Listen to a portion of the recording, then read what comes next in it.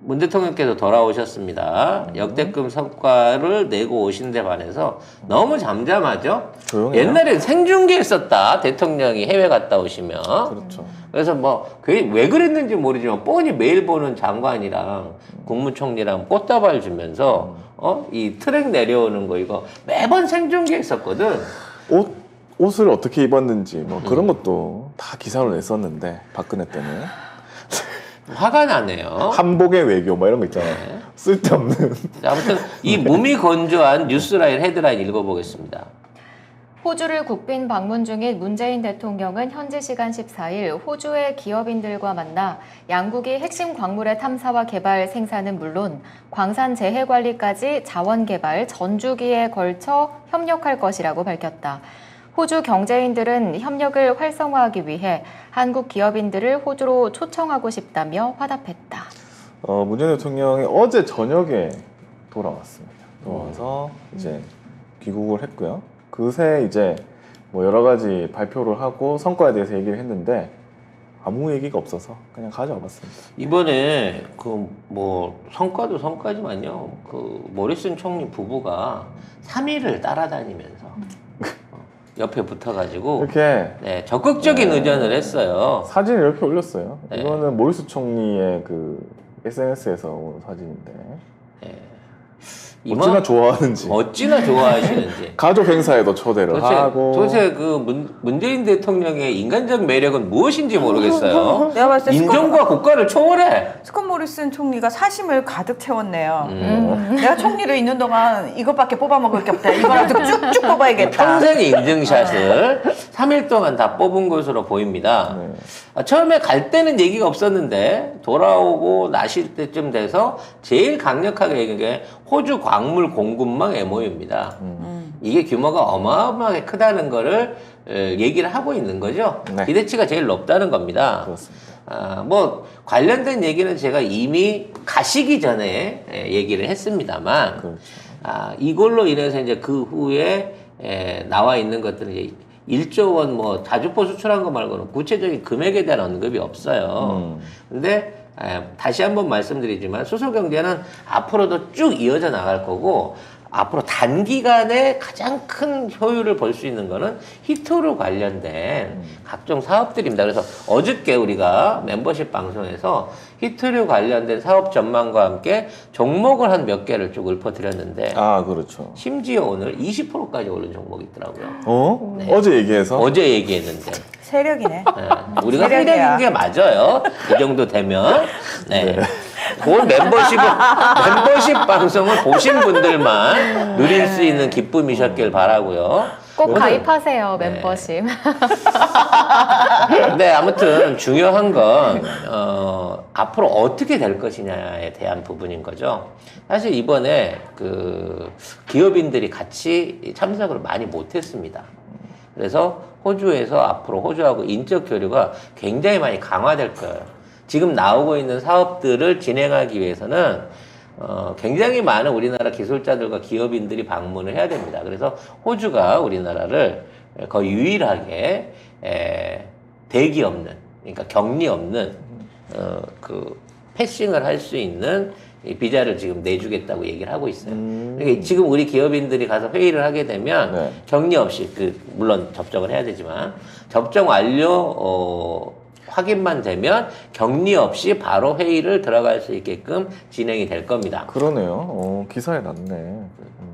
그 이거는 청정국으로 옆에 있는 뉴질랜드도 못 오게 하는 호주 입장에서는 엄청 파격적인 거예요. 지금 하루에 7,000명씩 확진자가 나오는 국가의 사람들을 격리 없이 100% 다 받겠다고 얘기하고 있을 정도니까 호주가 얼마나 급한지를 알겠죠. 심지어 대통령이 발표를 했어요, 우리. 근데 호주가 호주가 백신 접종 완료한 한국인은 아니, 15일부터 무격리. 호주 정치인들 너무 호주 국민들 눈치 안 보는 거 아니야? 호주 국민을 1년 몇 개월 동안 못 들어오게 해놓고 심지어 자국 국민도 못 들어오게 못 들어오게 해가지고 진짜 막아놓고 눈물바다가 벌어졌잖아요. 근데 뉴질랜드 잠깐 관광 갔다가 넉 달 동안 이상 가족 되고 그랬잖아. 그러니까요. 그러나 한국인들은 그냥 오라는 거지. 그만큼 급하다는 호주나 거죠. 좀 가볼까? 아무나 비자 안 내줄 것 같은 느낌이 있는데. 나 정도는 왜 나 국제정치평론가인데? 동생이 배터리 업계 근무한다고 들고 가면 비자 내주겠다. 같이 어. 가야겠다. 아씨. 사이 안 그건 좋아서 아니에요? 연락 끊어진 지 오래됐어요. 그러면 네. 송 작가님은 그 이번에 우리나라하고 호주하고 이렇게 광물 협정도 하고 수소 관련 이런 것도 하고 하면 한 얼마 정도의 우리 경제적 이익? 왜 옛날에 뭐 이명박이 뭐 맞아. 회의만 맨날. 주최해도 몇십조, 몇백조 뭐 이런 효과 있다 했잖아요. 일단 이제 1, 2년은 좀 준비 기간이 필요할 건데요. 2030년대쯤까지 한 7, 8년 뭉퉁그려서 한다 그러면 1000조. 1000조? 네. 한국 돈으로 1000조. 1000조의 경제 효과가 난다. 1조 달러 제발 이상의 이걸 좀 경제 받았어. 나 효과가 받았어. 날 것으로 기대가 되고요. 어. 가장 핵심적인 부분 양국의 이제 무역이 엄청나게 늘어나게 되고 영연방 국가하고의 이 삼각 무역도 엄청 많이 늘어나게 될 겁니다. 이번에 이제 어차피 방산 규모나 이런 것들은 히토류나 이 저기 공급망 조정에 대한 거에 비하면 3배의 피해요. 그리고 이제 히토류, 근데 아무튼 제일 빨리 될 게 히토류입니다. 왜냐면 저쪽이 제일 서들고 있으니까.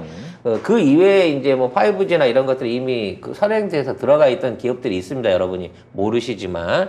근데 이제 그 규모가 훨씬 더 확대될 것으로 보여요. 근데 그걸 하기 위해서는 지금 당장에 급한 게 시드머니의 마련이거든요. 이거를 히토류 정제 사업으로 진행할 가능성이 높습니다. 그러면 어느 회사가 제일 유망할까요? 네. 저는 어디죠? 포스코가 제일 유망하다. 포스코다? 네. 이 포스코는 아르헨티나를 비롯한 그 남미 지역에 이와 같은 히토류 채굴과 또는 정제를 위한 투자를 이미 하고 있고요. 그리고 거기에 대한 라인이 더 준비가 돼 있습니다. 그래서 아마 뭐 포스코 케미칼을 비롯한 하이텍 뭐 몇 개 업체들이 아마 손을 잡고 호주의 히토류 개발을 위한 자리를 나갈 거고요. 그와 관련돼서 어제 멤버십 방송에서 언급했던 5개 업체 정도가 조만간 호주 진출을 가속화시킬 가능성이 높습니다. 그러면 인력은 이제 우리가 가서 기술적인 보조를 하게 되더라도 장비라든지 또는 현지인들의 고용 문제라든지 환경 문제를 또 해결을 해야 되잖아요. 당장 호주에 사람 없거든. 그렇죠. 그럼 또 이런 우리나라의 환경 단체들이 또 환경공학 관련된 단체들이 따라 그게 들어가게 되겠죠. 광해 방지라든지 각종 그 필터 같은 거라는 시노펙스 같은 기업들이 진출을 하게 되지 않을까 생각을 해 봅니다. 네. 너무 안 가, 너무 안 가. 너무 안 가죠? 너무 안 가는데. 네. 너무 안 그리고 가. 거기에다가 이제 호주 안에서 그 자원 개발을 하기 위해서는 운송이 필요할 거 아니에요. 첨단 운송이 필요하게 됩니다. 그럼 거기에서 육상 운송에 의존하지는 않을 걸로 봐지기 때문에 아마 철도 사업, 철도 부설과 관련된 내용도 조만간 추가 협의가 들어갈 것으로 봐지고요. 대하야 가자. 네. 여러 가지 차원에서의 경협 활동이 강화될 것으로 보입니다. 이게 왜 그러냐면 중국이 위협을 하고 있기 때문이에요. 히토류를 가지고. 그렇지. 반대로 중국 입장에서는 호주를 압박하려고 지금까지 무역 관련된 압박도 줘보고 뭐 각종 수출 규제도 해보고 했는데 안 먹혔단 말이에요. 그래서 어떻게든 한번 혼을 내려고 생각을 하고 있었는데 그 과정 중에 한국이 끼어들었다는 거지. 그래서 한국이 끼어들었다는 거를 제재하기 위해서 한국에 칼날을 세울 수가 없는 입장인 거야. 그렇게 되면 중국의 태도는 어떻게 해야 될까요? 다 가질 수 없다면 나눠 가져야 된다는 거죠. 그래서 이와 같은 류의 사업에 한국에 대한 협조를 요청할 가능성이 높습니다. 우리 것도 좀 갖다 써라. 그렇지. 왜 그러냐면 지금 호주 안에 있는 뭐 대부분은 아닙니다만 히토류 광산을 비롯한 그 탄광이나 이런 쪽의 지분이 상당 부분이 중국 기업이나 홍콩 기업들한테 팔려 있는 것들이 있습니다. 그렇기 때문에 사실 호주 안에서 개발 사업을 진행하려고 하더라도 그쪽의 영향력을 또 무시할 수가 없는 상황이 되거든요. 그래서 중국이 오히려 이걸 공동 개발 내지는 참여하는 방식으로 제안해 올 가능성이 크다는 거야. 혼자 못 먹으니까 나눠 먹읍시다라는 개념으로 나갈 수 있다는 거죠. 그래서 역으로 생각하면 호주하고 친해졌기 때문에 중국하고 사이가 나빠질 것 같지만 호주가 우리한테 올인하고 있는 모습을 보이고 있기 때문에 중국은 오히려 우리랑 협의를 보는 게 훨씬 더 유리할 수 있다는 거죠. 다투는 것보다는. 이게 적으로 만들면 우리는 너무 위험한 국가고 그렇죠. 어느 정도는 협업을 하자라는 차원에서 호주하고의 관계 개선에 의한 중국의 무역 보복, 정치적 보복 이런 것들은 없을 것이다라고 예측하는 게 맞을 것 같습니다. 했다가 큰일 나죠. 네. 자, 뭐 요 정도 정리하고요. 구체적인 그 진출 사안들이 나오게 되면 네, 추가로도 보충을 해드리도록 하겠습니다. 네. 자, 다음은 송작가 TV몰 일단 들어가시면은 이 선글라스 가격이 나와 있어요. 49,900원에 판매가 되고 있는데 128,000원짜리를 저희가 지금 싸게 팔고 있는 거거든요. 어디 가서 소문나면 안 되는 가격인 거고요. 네. 모델분이 직접 착용을 한 나비드라는 선글라스 제품이고요. 저는 얼굴에 단점이 많은 사람이잖아요. 특히 얼굴형 동그랗습니다. 게다가 광대 겁나 튀어나와 있어요. 어제 제가 이 선글라스 보면서 딱 그 생각했어요. 이거는 되게 괜찮다. 일단 가벼워요. 되게 가볍고 딱 꼈을 때 여러분 어때요? 저는 이 선글라스 사실 되게 마음에 들거든요. 요건 어때요? 요거 되게 발랄하고 약간 럭셔리해 보이고 저 예전에 몸 모를 때 선글라스라는 걸 모를 때 길거리 가다가 자판에서 10,000원짜리 샀어요. 눈이 너무 피곤해요. 선글라스는 외적으로 디자인도 예뻐야 되지만 무엇보다 사실 중요한 거는 이 안경 알이에요. 이걸 끼고 있을 때 피곤해지면 안 되는데 요거는 그런 저급한 선글라스가 결코 아니라는 거. 지금 저희 송작가 TV 몰에서만 갑자기 반짝 세일을 하는 거기 때문에 요거 한정판입니다. 한정판이어서 요거 다 수량 다 떨어지면은 이제 솔드아웃 되는 거예요.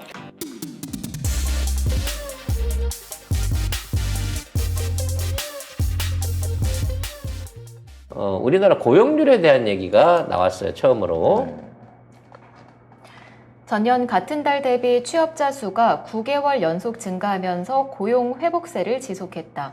통계청이 15일 발표한 11월 고용 동향에 따르면 지난달 취업자 수는 2,779만 5천 명으로 2020년 11월 대비 55만 3천 명 늘었다. 그 밑에까지요. 이로써 전년 동월 대비 취업자 수는 지난 3월부터 지난달까지 9달째 증가가 이어졌고 지난 4월 65만 2천 명부터 시작된 50만 명대 이상 취업자 수 증가 연속 기록도 8개월로 연장됐다. 400만 명이 취업을 한 거예요. 물론 이 중에는 이제 다른 직장을 버리고 이직한 사람도 있고 하니까 순수 취업률로는 얼마나 올라갔을지는 아직 정확하게 통계가 되지 않습니다만 어찌됐거나 이 정도의 꾸준한 취업률을 보여본 사례가 없습니다. 네. 그리고 이 취업들이 대기업 취업이 아니에요. 중소기업 중심의 취업이라는 거죠. 여러분 지난 문재인 정부 4년 반 동안 대한민국에 등록된 중소기업 숫자가 2배로 늘었다는 거 아십니까? 그 기사가 나왔더라고요. 네. 어마어마한 수준으로 지금 중소기업들이 늘고 있는 거예요. 그리고 그 중소기업들의 수출도 역대 최고치를 기록했고.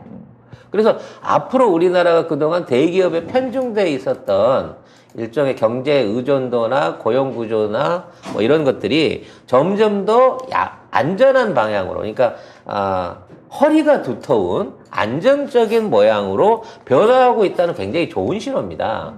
근데 이걸 가지고 우리 국내 언론들은 뭐라고 쓰냐면 비정규직 취업자 숫자가 사상 최대다 이렇게 쓰고 있어요.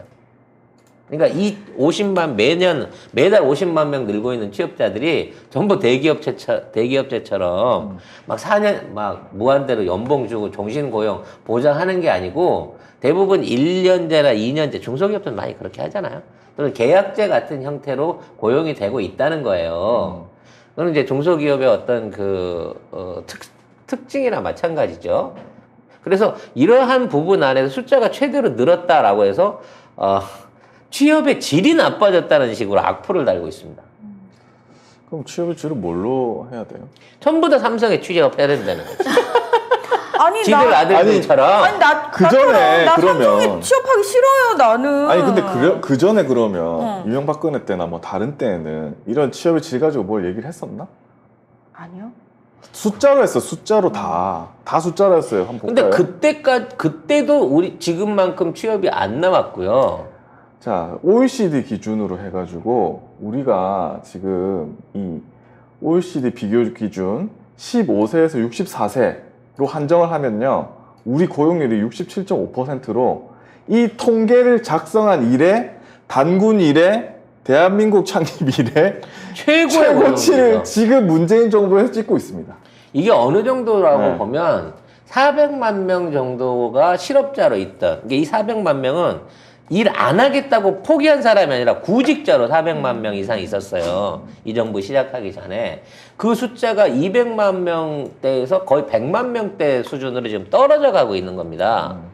물론 왜 완전 고용을 못 시켰냐 그러지만 완전 고용은 꿈의 숫자고 그렇죠. 어떤 나라도 완전 고용을 성공한 공산주의 국가밖에 없어요. 아, 그 공산주의 국가. 아니, 완전 고용 안 해도 되니까, 내가 원하는 직업에 내 능력만큼 돈 받고 싶어요, 할걸? 그럼 대학 교수를 데려다가 택시 운전을 시키면서 완전 고용 완전 고용이라고 말하면 안 되는 거잖아. 그래서 이만큼의 취업이 늘었다고 하는 거는 우리 경제의 체질을 굉장히 안정적으로 만들어낼 수 있는, 내수를 확대시킬 수 있는 최고의 성과라고 봐야 돼요. 경제 성과로 보면. 이게 언제 작성이 시작됐냐면 1989년부터 통계 작성을 시작했거든요. 그 이래로 지금이 최대, 가장 높은 수준입니다. 네. 그 이전에는 국내에서 고용을 발휘를 못 시키니까 어떻게 했냐고. 중동 가서 간호사 하라 그랬다니까.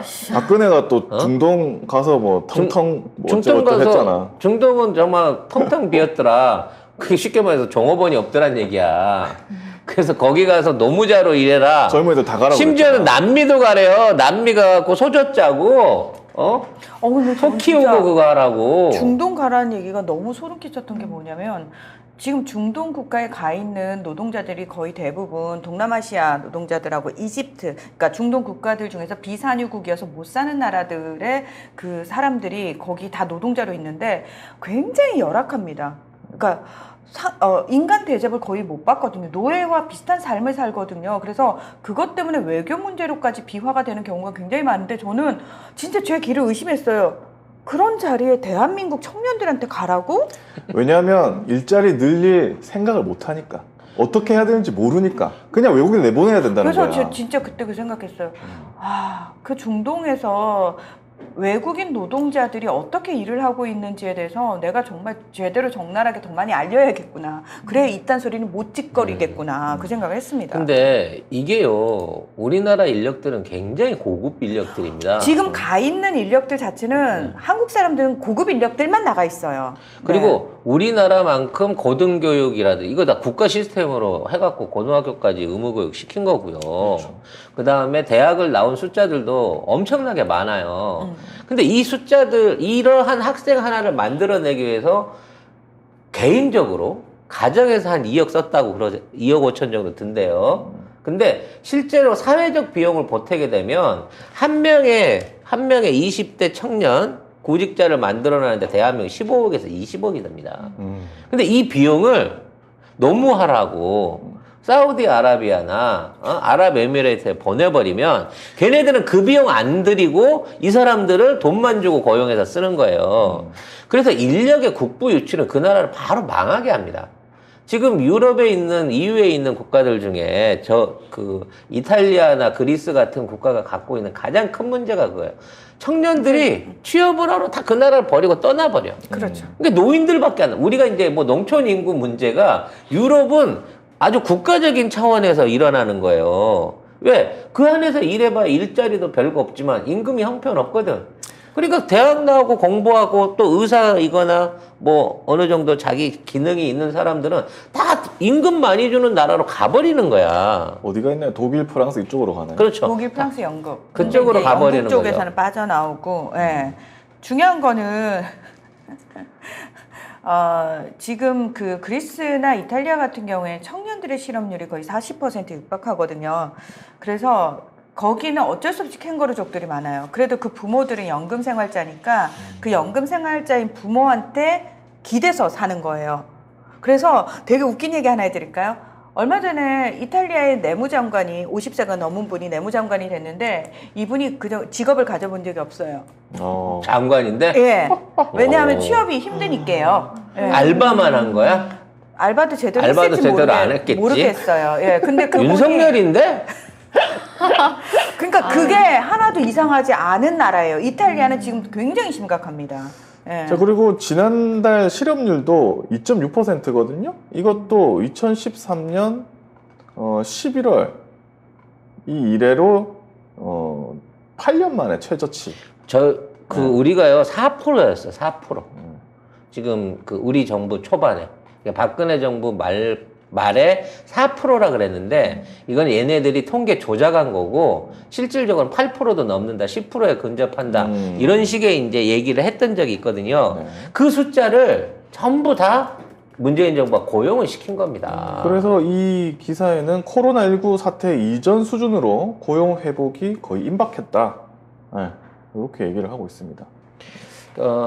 지금 이제 아직도 취약한 부분이 있습니다. 일용 그렇죠. 노동자들 부분. 근데 이제 이런 부분에서 가장 큰 거는 외국인 노동자들 수급이 잘 안 되는 부분이었거든요. 그래서 그 노동자들을 비자를 연장해 줘가면서 수급을 하고 있는데 일단 이 노동자들 사실 지금 일거리를 많이 찾지 못하고 있어요. 건축 경기가 왜냐하면 부동산 경기가 떨어지게 되니까 자동으로 건축 경기가 줄면서 이쪽으로는 이제 증가가 둔해지고 있고 그나마 일을 해야 되는 사람들은 인부가 없다, 자재가 비싸다, 뭐, 요런 그 병목 현상이 보이고 있습니다만, 이 자리를 늘리는 거는 중요한 게 아닙니다, 사실은. 오히려 줄여야죠. 건설 업체에서도 앞으로, 노동 인력들을 로봇이라든지 아니면 조립식 공정을 통해서 개선을 해서 일용 노동자들의 숫자를 줄이고 노동의 질을 획기적으로 개선하기 위한 노력들을 지금 하고 있어요. 그러니까 언젠가 다 없어집니다. 우리가 흔히 말하던 노가다라고 하는 직업들은 언젠가 없어지게 될 사양 직업 중에 하나예요. 그렇죠. 그래서 이러한 그 질적 향상, 그러니까 양만 늘어나면 의미가 없어. 질적으로도 좋은 자리, 그리고 좋은 임금을 통해 갖고 최소 생계비 이상을 받을 수 있는 역할을 해야 된다는 거거든요. 그래서 이제 지금 뭐 일부 그 도로 포장 사고 있지 않았습니까? 그때 그 롤러에 깔려서 돌아가신 분들. 근데 그런 롤러 작업 하시는 분들 인건비가 일당이 40만 원이에요. 그리고 야간에 일을 하잖아요. 그러면 80만 원이 되는 거예요. 왜냐면 도로 안 지나다닐 때 해야 되니까. 근데 그런데도 불구하고 구할 수 있는 인력이 부족해가지고 전문적이지 않은 사람들을 썼다가 이제 사고가 나는 케이스들이 나타나고 있는 거거든요. 이런 것들은 앞으로도 쭉 꾸준하게 개선을 해 나가야 되는 필요성은 있겠지만 어찌됐거나 전체적인 지표 안에서 옛날처럼 취업난 아니 뭐 이력서를 뭐 100개를 써갖고 하나가 갔네 면접을 받네 못 받는 요건 지났다는 거예요.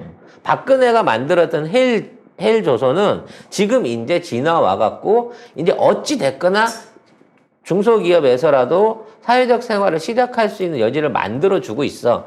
물론 서울대 나와갖고 나 중소기업 못 가. 삼성 아니면 안 갈래. 하지만 너는 아버지가 곽상도가 아니기 때문에 안 돼. 이래서 놀고 있는 분들도 꽤 많아. 왜 곽상도는 대기업은 아니죠? 아니. 네 아버지가 권성동이나 곽상도가 아니라서 내가 낙하산을 못 찔러주는 사람은 좋은 자리 못 가고 이런 사람들도 있어요. 그러면서 나는 대학은 가고 취업을 하고 싶은데 못해네 이런 사람들은 있지만 진짜 본인이 성실하게 일하려고 노력하고 자기 역할을 찾아서 하려고 노력하는 청년들이나 구직자들한테는 많은 경우와 길들이 열려 있다는 거예요. 그리고 이를 위한 구직 지원 사업, 취업 지원 사업, 교육 사업 같은 것들이 굉장히 많이 투대해져 있습니다. 그러니까 인적 부분의 인프라를 늘려주기 위한 교육 자원에 국가 예산이 엄청 많이 들어가 있어요. 그 직업훈련 받으면 그거 무료로 국가에서 해주는 해주죠. 직업훈련 있잖아요. 교통비까지 줘요. 네. 저도 그런 거 많이 찾아봐요. 우리 김PD님도 그거에서 예, 그 얘기를 하고. 아, 아무튼 그런 류의 사업이 누적이 됐기 때문에 맞아. 그러니까 거기서 안정적인 공급을 해주고 거기에서 수요를 찾아서 취업을 시키는 중소기업의 선순환이 돌아오는데 4년이 걸렸고 앞으로는 더 좋은 고용구조, 취업구조를 정부가 만들어낼 수 있다는 거죠. 자, 그리고 청년 고용률 이것도 지난 3월 달부터 9달째 상승을 계속했고요. 그리고 지난달의 고용률 11월 달은 45.1%거든요. 청년 고용률이. 요거는 2004년 11월 이후에 11월 기준으로 17년 만에 가장 높은 17년 만에 가장 높은 도대체 얼마나 청년 이 정부가 잘하고 있다는 거를 데이터를 들이밀어야 믿겠냐고. 그리고 제조업 취업자 수도 증가한다. 이러고 있어요. 네. 그런데 우리나라의 차기 대통령 후보는 150이라도 받고 일해야 된다. 육체 노동이 됐든 뭐든 해야 된다. 120시간은 기본적으로 일하고 놀 때 놀게끔 해줘야지. 최저시급도 네. 뭐 낮게 했고. 혹시라도 산재당하면 네 탓이지. 뭐 이런 식의 개념을 갖고 있는 사람이 대선 후보로 나와서 지금 이 청년들한테 이런 얘기를 하는데도 네. 그거를 밀어주고 찍어주는 세력이 있다는 것 자체가 난 이해가 안 돼. 이런 걸 알면서도 그럴 수 있을까? 네. 뭐 상관없는 사람들이면 뭐 자기가 이제 기업주나 이런 사람들이면 이게 윤석열이 대통령 되면 이력서로는 사람 못 뽑습니다. 그렇지. 돋보이기 위해서 자기 마음대로 이력을 갖다가 막 써서 붙일 거거든요. 아 맞네. 네. 아 맞네. 오타가 있는 재직 증명서와 전부 다 뭐 시골에서 학교 나왔는데 대학은 전부 다 아 서울대학교야. 그럼 너 MBC 가본 적 있지? 있죠. 그러면 너는 MBC 아나운서 근무했다고 해. 경력 증명서로. 나는 MBC 구내식당만 갔다 왔어도 넌 MBC 소속 안 하는 난 러시아 푸틴 대통령하고 동문이라고 해야지. 좋네. 그래도 괜찮아. 왜? 아니, 저는- 관행이니까. 베제르부르크 대학교에 있는 그 어학당을 간 거지. 제가 거기에 입학한 거 아니거든요. 아유, 뭐 누가 그런 거 전공 보고 뽑아요? 상관없어요. 네. 예. 그래서 저는 푸틴하고 동문으로. 맞습니다. 예. 자, 이게 뭔 나라야, 참 이 쉽다 진짜. 참.